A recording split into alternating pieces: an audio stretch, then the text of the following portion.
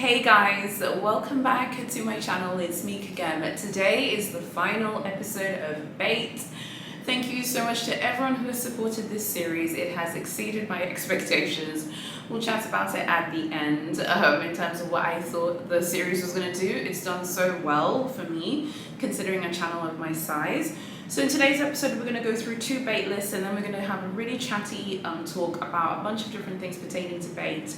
The situation in Paris when it pertains to bait. We're going to talk about what I call the same day rodeo, i.e. scoring on the same day. Don't forget you can watch all of the bait episodes on my playlist that is codenamed Rodeo. Hello, we stick with the horse theme here.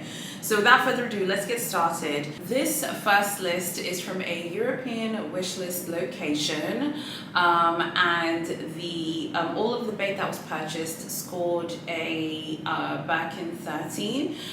This took place over the period of just over a year. So yeah, here we go. This is what was purchased. Okay, this is the bait list for a Birkin 30 that was scored in a really nice and neutral color in a European wishlist location. So here we go. An Avalon blanket, 2 small Avalon pillows, 30 90-centimeter scarves, 3 90-centimeter scarves, 3 not 30.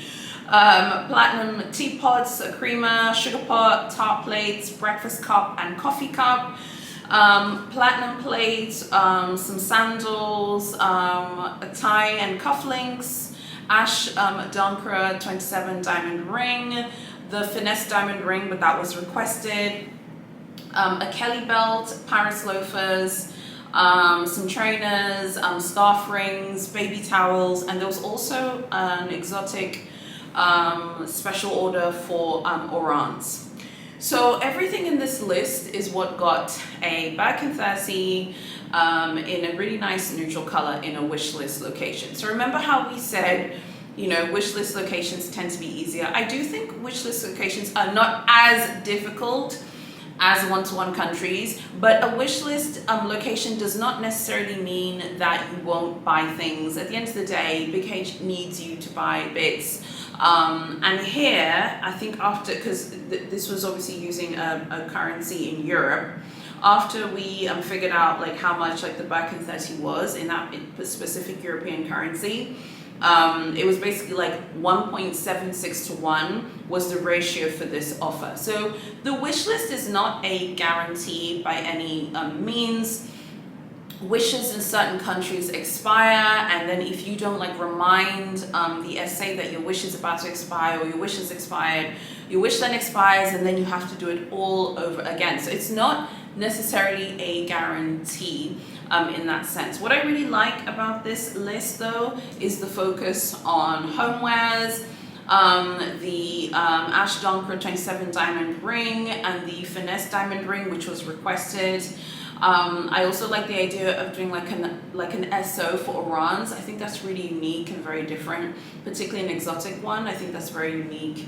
And I also really like the idea as well of buying baby bits. So here baby towels were also purchased. I think it leaves a very interesting question. Like whenever we talk about these things, like, I don't know. I think it's really interesting because whenever we talk about like bait, you know, we always talk about it in reference to what's going on, you know, in Europe or what's going on in the US. And I feel like in Europe, bait takes on a different shape depending on which country that you're shopping in. Because in France has like a hybrid model. Some boutiques in France are completely wish list. You have to wait. You can't just walk in there. Some boutiques will be happy for you to do a same day rodeo type of thing. Some places will be like, okay, we have a Birkin 35, I'll sell it to you just by like, you know, buy like a click H, you know, bangle, bracelet, whatever, you know? So I think in Europe it's really interesting, but it's not a guarantee. I know that I know that I was like making it seem like, you know, eventually you're gonna get your bag. I do still feel like that's true, but I think that there are many cases like this where in a very competitive European wish list location, everyone is spending, even if they're saying that they're not. I found that normally, like in Facebook groups, when someone says that they're in Europe and says that they were offered a bag, eventually what tends to happen is someone will be like, hey, I was offered a bag and I didn't have any purchase history. And then I, knowing me, because you know me, honey, I am going to ask you. I have no issue asking people, because I'll be like, hey, very nicely, I hope you don't mind me asking, but what did you buy in the past 6 months or the past year to support this offer? And then eventually people start saying, oh, I bought this, but I didn't really spend any money. Let me stop you right there. Okay, you sure did. Okay, you sure did. You spent money like everyone else. So I think in the European locations it's similar. You might not go 1-to-1. It might be 0.5 to 1 in euros or whichever European currency, because not all countries in the EU actually use the euro as the currency. But even if you don't go fully 1-to-1, there is a degree of spend that is required or waiting. I'm impatient. I want to score my bag fast. So I'm really happy for my subscriber that she got her bag, and I want to say thank you to her for sharing, because I do think it's really good to get intel from Europe. So yes, while 1-to-1 countries are harder in that regard because the spend threshold is so high, a lot of competitive European wishlist locations are also quite competitive. It can be quite hard, and they're not necessarily a guarantee. The next bait list is from Australia. So yeah, this one was for a, I beg your pardon, this one was for a Birkin. I believe this was a Birkin 30 in a really nice neutral color. I think it was a Birkin 30. So this is everything that was basically purchased here. So here we go. A blanket from Homewares, sandals, a pillow, a compact Kelly wallet, another wallet which was much more expensive, a twilly, a ring, a serving plate, body cream, like a fine jewelry heart necklace, another twilly, some mules, a creamer, toiletry bag, espresso set, and a scarf as well. And then something from men's ready to wear was also purchased for this offer. This was a really beautiful bag, and it was so stunning. And again, thank you to my subscriber for sharing it with me. Like I said, it was a Birkin in a really nice neutral color. Now with this list, what I find really interesting, this one I think worked out to about 2-to-1 in Australian dollars. What I found really interesting about this was the power, again, of fine jewelry, because the heart necklace was a significant amount of this bait list here, because it was a lot of Australian dollars were spent to get that, and also this fine jewelry ring, which was also spent, because I can see the mathematical calculations. I don't want to say it because I want to maintain her privacy, but and also the really pricey like leather wallet as well. The power of fine jewelry can never be understated. I think in this example, we see the power of fine jewelry over and over and over again, because getting the heart necklace, which is a fine jewelry piece, and getting the ring as well, I think it really helped to change it helped to change the kind of makeup of this bait list, because you really do need fine jewelry. So if you see fine jewelry in your boutique and you're playing the game, you absolutely have to go and grab it, because I really just think that fine jewelry is still incredibly powerful. Believe it or not, I think a lot of people are buying fine jewelry in really competitive locations, but fine jewelry is always on the website. I don't think that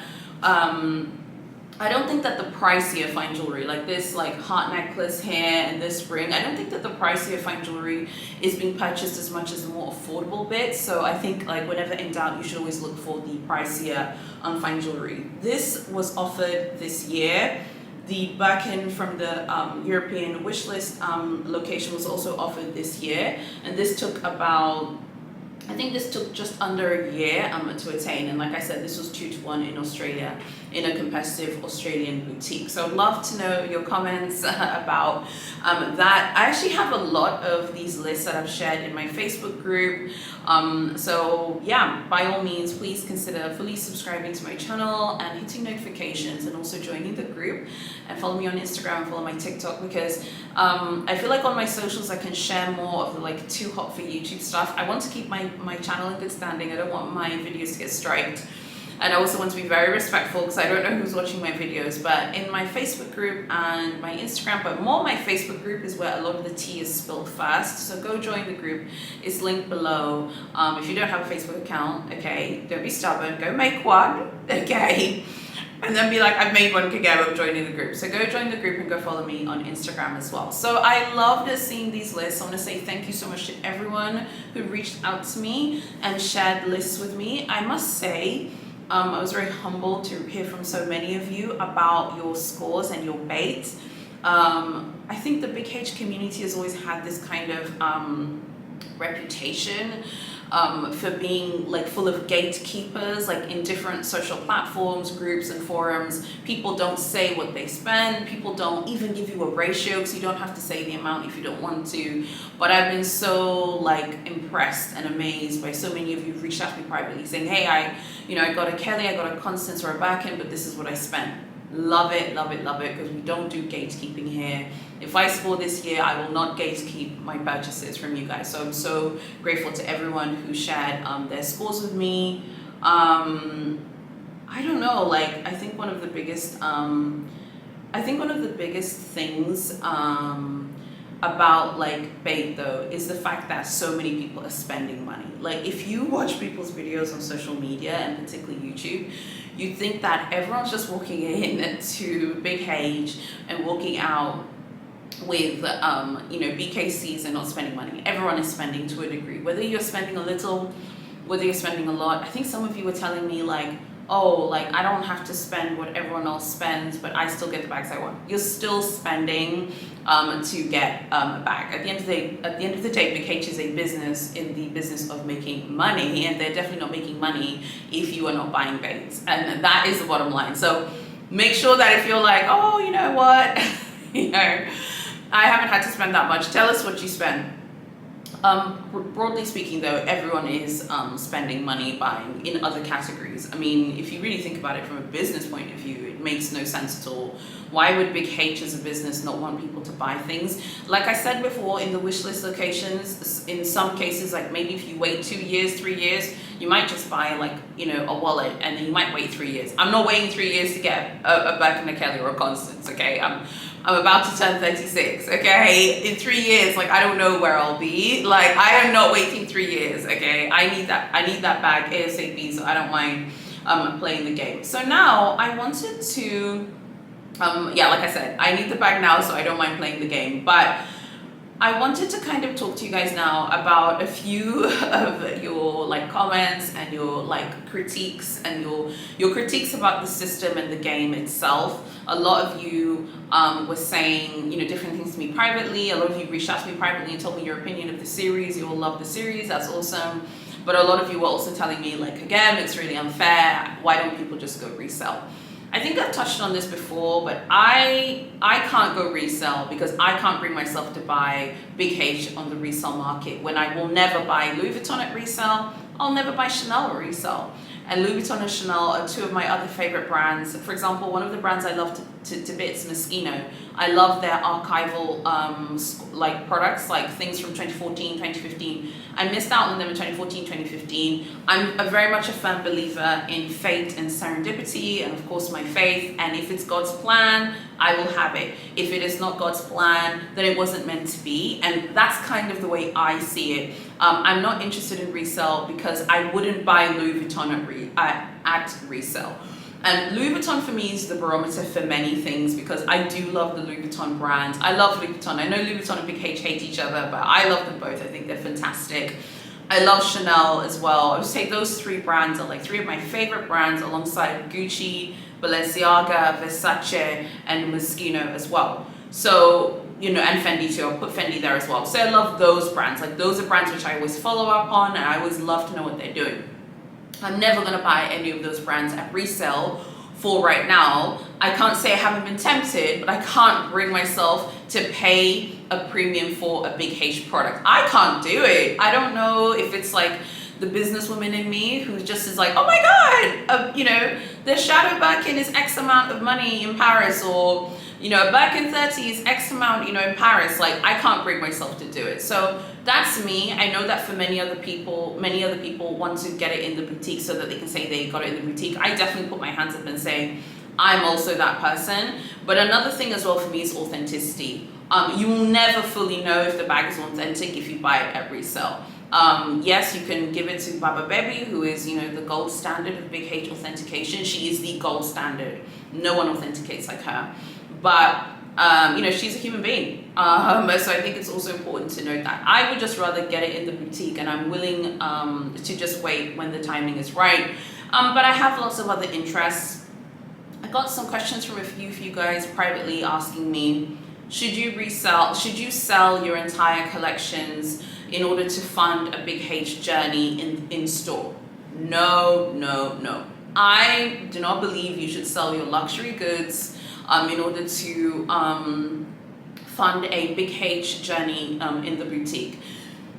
Shopping at Big H requires a lot of money in store. And I think that a lot of people don't factor that in because people see what's happening on social media and compare themselves. So like, you can't compare yourself to an influencer. If you're following an influencer who has tons and tons and tons of followers and subscribers, you're thinking, okay, maybe I'll sell all of my luxury goods and I'll get a chunk of money and then I'll go in store and try and score a bag.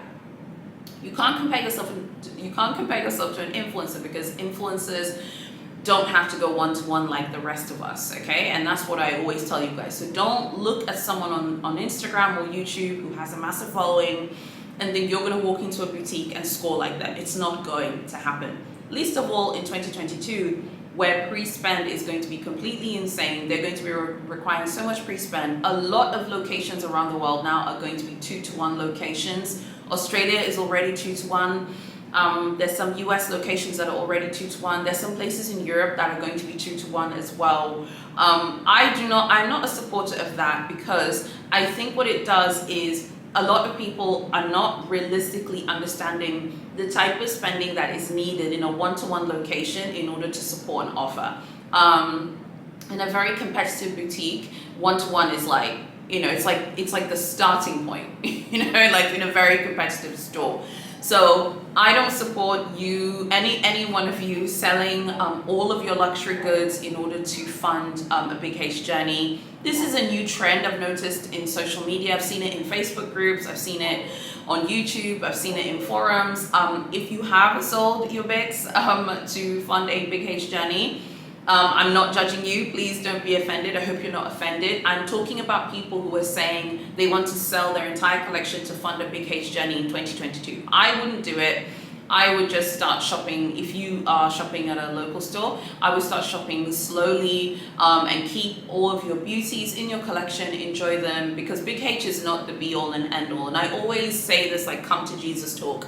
So if you've missed my Come to Jesus talks, let me give you one now. By the way, happy Easter, because it's Easter, guys, anyway, so maybe this is a fitting time. But one of my things in my Come to Jesus talks is don't put Big H on a pedestal. And I think this is where a lot of people end up getting really stressed by the journey. People have cried about this. People have become so stressed about shopping at the brand. People have really, really become upset. I don't want anyone to become upset shopping at this brand. Big H is great and everything, but Big H is not the only show in town. And I think if you sell all of your collection to fund a Big H journey, I think you put yourself at a disadvantage for playing the game in the boutique. Whereas if you have other options, honey, you let your SA know, like, boo-boo, I've got other options, girl. I can go to Cartier today. I can go to Van Cleef today. I can go to Chanel today. I can go to your arch rival. Go tell your Big HSA you're going to LV, honey. Look at the look on their face. They'll be like, stop, Don't put yourself at a disadvantage. Keep the variety, diversity, and beauty of your luxury goods collections. I personally wouldn't. Like, I wouldn't give up all of my luxury interests to fund shopping at Big H for exotics. Like, I wouldn't. I have lots of luxury interests. I love luxury cars. If you're a member of the Facebook group, there's some tea in there that you already know about pertaining to cars. Something I'm going to show you guys very soon. I love, like I said, I love luxury cars, I love luxury homes, I love luxury timepieces and luxury travel. Like, I will not give all of those up to fund shopping at Big H, for me. And I think having variety allows you to shop, to shop at the brand and be interested in the brand without it kind of taking over. So I would urge you not to do that. Some of you reached out to me privately and we were having conversations about this. Please keep the variety in your collection. However, some of you who have done that, Please don't be offended. It's just my opinion. It's a very unpopular opinion because people put Big H on this pedestal, but for me, I think variety and shopping at a variety of brands, I think actually helps with playing the game, because you don't feel, I don't know, in a one-to-one location specifically, you haven't gone all in, your chips are still on some other tables, like, you know, to use a casino metaphor, and you're still kind of doing your own thing, if that makes sense. So I hope that's made sense. I hope I haven't offended or hurt anyone's feelings, but definitely keep your luxury goods and shop at other brands as well, so you don't feel kind of stressed about it. Something else I wanted to talk about with you guys, again, talking to a lot of you guys privately as well, I was getting a lot of questions about how do you deal with like people posting their Birkins, Kellys and Constances on social media but never showing their bait. You know, I crack jokes about this in the group because I literally see this all the time. People who post like mini Kellys, Birkins, Kellys, Constances, like, oh my god, you guys, I didn't have to spend any money, you know, it's just all about the connection and relationship, and they literally have Big H furniture literally in their Instagram photo. Like, you've got a Big H chair in the background. Stop, okay, stop. So my advice for that would be to take everything you see on social media with a grain of salt, particularly on Instagram, because I feel like Instagram is so curated, and you're able to really create this really beautiful, heavily edited image of what your life is. And because you're able to create this really heavily curated image, the same thing with a lot of luxury TikTokers, it's the same thing.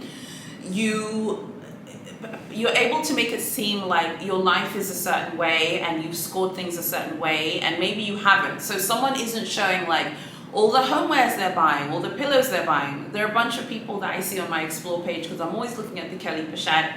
I would love to get that this year as an offer, but I don't know if I'd be able to score it in Paris. I feel like you need to have a lot of pre-spend to get the KP in Paris, but I always see the KP on my Explore page, obviously because of the Instagram algorithm, and literally I've seen like pillows, blankets, like all kinds of things in the background when people are taking pictures of their Kelly Pochette, and then the caption is like, you know guys, shopping at Big H is all about the relationship. It's like, you have pillows and pillows and pillows. Stop! Why are people doing this? Or you have tons of fine jewelry bracelets on your wrist. Like, why are you doing this? So that's all I would say, is don't take too much like notice of it, and just enjoy the pictures for what they are, and don't feel bad about yourself if you haven't scored yet. The score will come when it's meant to come, in the right timing. And that is the only way that I can look at Big H and still be interested in this brand. Because if I compared my Parisian like situation to other people's Parisian situations, I would be like, oh, okay, that person, you know, that person got an appointment and I didn't. That's why I was telling a lot of you guys, like, don't send me people's like situations in Paris, because I don't compare myself to anyone else's situation in Paris. Like, I'm not affected by it, because my situation is different in that I can only go by what happened to me. And another thing is, like, particularly when it pertains to Paris, there's so many variables that go into the Parisian offers. Like, now I've learned so much about it. But for example, like in Paris, like a lot of people are spending and have like a lot of purchase history, but no one really talks about it. It's like this kind of dirty secret for some reason. I don't know why. I mean, I think my pre-spend in January was like, I think it was just under 400 euros. So when I go traveling in summer, I'll definitely tell you like what I purchased, and I'll give you a ratio. If I score, I'll definitely tell you the ratio, and I'll definitely tell you guys, like, hey guys, these are all the things that I purchased. But for some reason in Paris, no one wants to talk about their purchases. I've been reading about a ton of new offers and scores that have happened recently from like Facebook groups and forums, but mainly on Facebook and in Facebook groups. And almost everyone who's scoring in Paris right now has purchase history, 100%. If you scored and you didn't have any purchase history, that was a unicorn experience, because it's like a 3% success rate. It's like 97% of everyone every single day is getting rejected, like literally. So if 97% of the people like attempting every single day are getting rejected, you can imagine like how competitive it is and how much people really are spending in order to create a really great profile, or in order to have like the chance. And I've said it before, I'll say it again, because no one else seems to really be saying it, so I don't mind to say it very quietly, very gently, but Paris is about pre-spend. And it is, you know, and that's the thing. And a lot of people want to kind of cling on to the unicorn thing. If you want to cling on to the unicorn idea of the unicorn Parisian experience, you can go do that, but you're going to be sorely disappointed, okay? I'm not doing that this time around because I feel like I've learned so much from when I was there in January. So when I go in summer and when I travel this year, I know exactly what to do and I have like a strategy. While it doesn't mean that it's a guarantee for me to get a bag, I could easily go and try and fail and I'll be fine with that. I'll come and say, hey guys, I failed. But without the leather appointment in Paris, like it's just impossible to score without spend. No one is scoring in Paris without spend if they fail to get the leather appointment. So if you didn't get the leather appointment, you have to go and create a really nice looking profile to show loyalty to Big H, to the Orange Stallion herself, across different categories in order to have a chance to be considered. That is for sure. If anyone tells you that they didn't get a leather appointment, they didn't buy anything, and they got a really coveted back in Kelly Constance, it's just not true. For Paris. I know Paris, honey, okay? I was there in January. I'm only going to talk about what I know, and the situation in Paris is something which I have been researching. I experienced it myself in January, like literally being there. When you experience it, it's completely different from reading about it in groups and forums. It is incredibly ruthless and competitive in the Parisian boutiques, like to score an appointment. Everyone is competing against each other. I think if you are heading to Paris soon, maybe some of you might be heading before I go, like you need to go for a few days. 2 days isn't enough. Some of you have been going for like 2 days, 1 day. It's not enough. You need to go for like a week. And by a week, I mean 7 working days. So Monday to the next Tuesday. I really think it's important basically to do that. So I hope that you guys, take that on. If you don't want to listen, that's fine, but you will forget it at your own peril. I could easily have just kept this information to myself, but I think it's really important for us to share because it's incredibly important as well. I would love to get your feedback on this series, what you guys have enjoyed the most about it. I think that generally speaking, I'm not actually really against pre-spend. Generally speaking, it doesn't really offend me. A lot of you are offended by the idea that you have to buy a bunch of bits in order to be considered for the best bags. I'm not offended. Now, I think it's because I like cars, so pre-spend is a thing at Ferrari. Those of you who like luxury supercars, you know what time it is. Pre-spend is a thing at Ferrari. In order to get the best new Ferraris, you have to have a profile at Ferrari.